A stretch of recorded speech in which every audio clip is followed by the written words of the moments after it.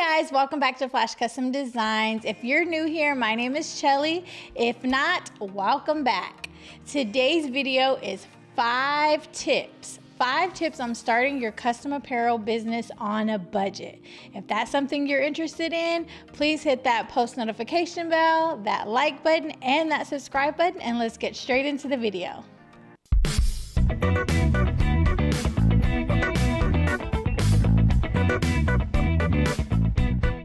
For our first tip, being a small business owner, these are things that I just came across and that I know what's important and what's not important. And what's not important when you're first starting is building your website. Building your website can cost a couple of $100s, which that can actually wait. What you want to do is promote your business on your social media. In the meantime, you can use your social media platforms such as Instagram, Facebook, TikTok to promote and display all your custom items, custom apparel, anything that you have custom for your custom business. Those can be where you display all of those things. So you can definitely wait on the website until you build enough revenue, and then you can go ahead, purchase that, and then build that for the world. And also, just a side note, create your own logo. I know there's a lot of people out here that, that you can pay to create your logo. There are tons of free websites, tons of free templates, tons of free programs where you can create your own logo. Kind of have an idea if you have a saying or if you have a picture, anything like that, create your own logo. Save money, save time, save everything, create your own logo. Tip number 2, buy used items. It is okay to buy used items. I know when you're first starting a business, you want everything new. Some items don't have to be new. Example, heat press. It doesn't come with the software. It doesn't come with anything that needs to be updated. That is one thing that you can buy used. Certain places that you can buy used items can be eBay, OfferUp, Facebook Market, things like that. We had a couple of computers in our garage. I pulled those computers out, we upgraded those computers, and now they are full running machines. My husband, straight out of content, he's really good at upgrading the RAM, upgrading the software, all of those types of things. So if you need help understanding those, just reach out and we can definitely help you as well. If you need links to RAM or software, things like that, all of that will be in the description below. I can also link what type of computer I use. It's not high tech, it's not top of the line, it gets the job done.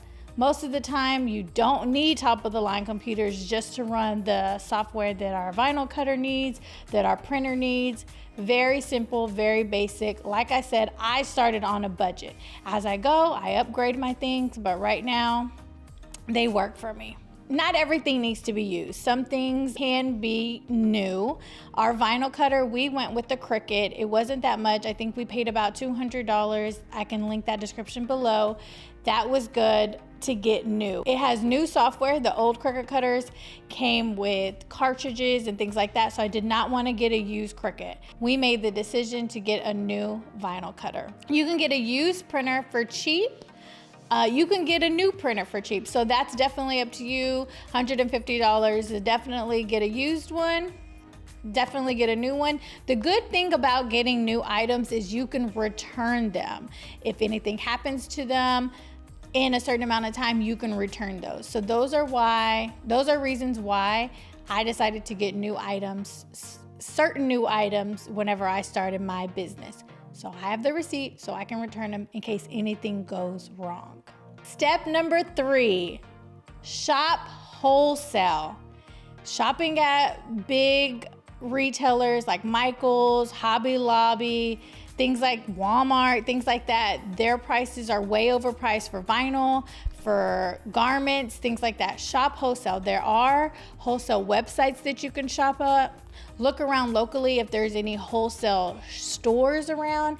Here in Houston, thankfully, we have a whole wholesale district. I can drive down there. It's about 25 minutes away, grab everything I need down to wholesale vinyl, wholesale hoodies, wholesale shirts, anything like that. It saves a ton of money. So definitely look into wholesale in your area. I can definitely link some wholesale websites if you need directions on that. Step number 4, buy only the essentials that you will need for your business. You can buy all the fancy stuff later, all the bells and whistles later. Buy essentials. For a custom apparel business, that will be heat press, of course, vinyl cutter, computer, printer, weeding tools, vinyl, garments. Those are all the essentials. Everything else is extra. Those are all the things that you need to start your business.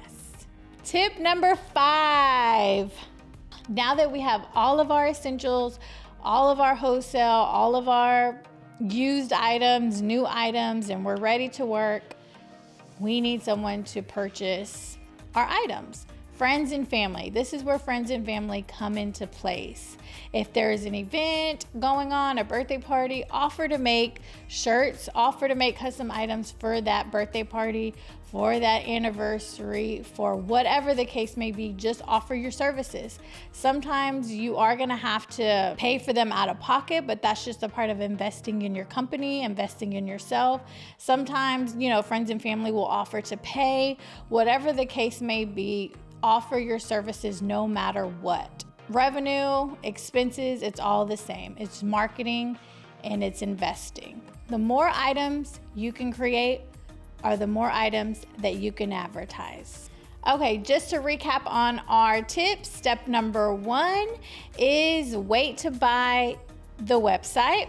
Step number 2, it's okay to buy used items. Step number 3, shop wholesale. Important. Step number 4, just buy your essentials, bare minimum. Starting out, just buy the essentials. Number 5, friends and family will always come through. So go ahead and make everything for your friends and family and they'll be so happy. Okay, so stay tuned for my next video. We are gonna go ahead and look at my sublimation printer and kind of give you a tour around what sublimation printer I am using and how to use it. We do have a video out already on how to convert your sublimation printer. The link is in the description. Check that out. Thank you for tuning into this video. Please stay tuned for more videos and more content on creating your custom apparel business. We'll see you next time. Bye.